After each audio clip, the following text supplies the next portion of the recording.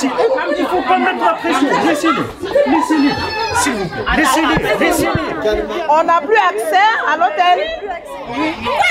Non, non, non, non, non. Oh, madame, non. Oh,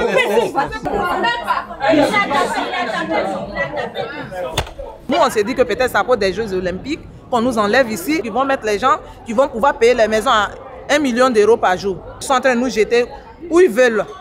C'est à côté de tout, de la gare du Nord, de tout. Ils sont pas loin des Arena, Adidas. On n'est pas bête quand même. Ça se voit que c'est pour les Jeux Olympiques. Parce qu'on ne peut pas mettre des gens dehors du jour au lendemain comme ça sans raison.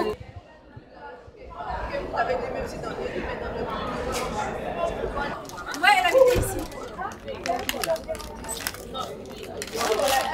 Cet hôtel, on le connaît bien puisqu'on a beaucoup de familles, nous, qui sont à Doudeville et qui sont à l'hôtel des Fées. Donc on a été alertés par les familles qu'on connaissait. Comme par hasard, ils les mettent à la porte avant les JO. Et ici, c'était un hôtel 3 étoiles avant le Covid. Et donc pendant le Covid, il devient hôtel social. Simplement, on sait qu'il y a de plus en plus d'hôtels sociaux qui ferment. Voilà, dans cette période-là. Donc on en fait un lien. D'ailleurs, on va les garder à l'œil parce qu'ils nous ont garanti que c'était pas pour les JO. Donc on va les garder à l'œil comme on est du quartier qu'on passe régulièrement devant.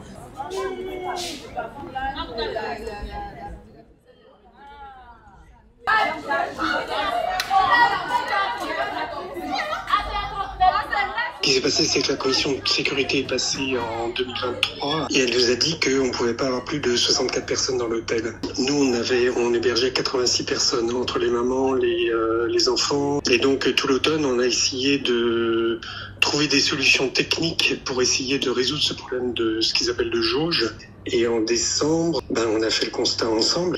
Ils ont compris qu'on ne pouvait pas rester et nous, on a compris qu'on ne pouvait pas rester. C'est juste pour savoir si le gérant il souhaite nous parler éventuellement. Non, c'est qu'il ne parle pas du tout français.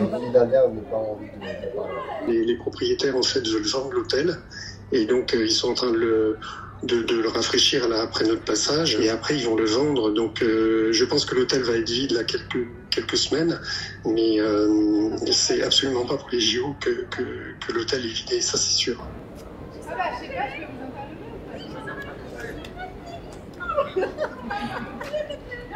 Aujourd'hui, quand on m'envoie une adresse pour me dire non, que je vais jusqu'à Pesson au Bonne.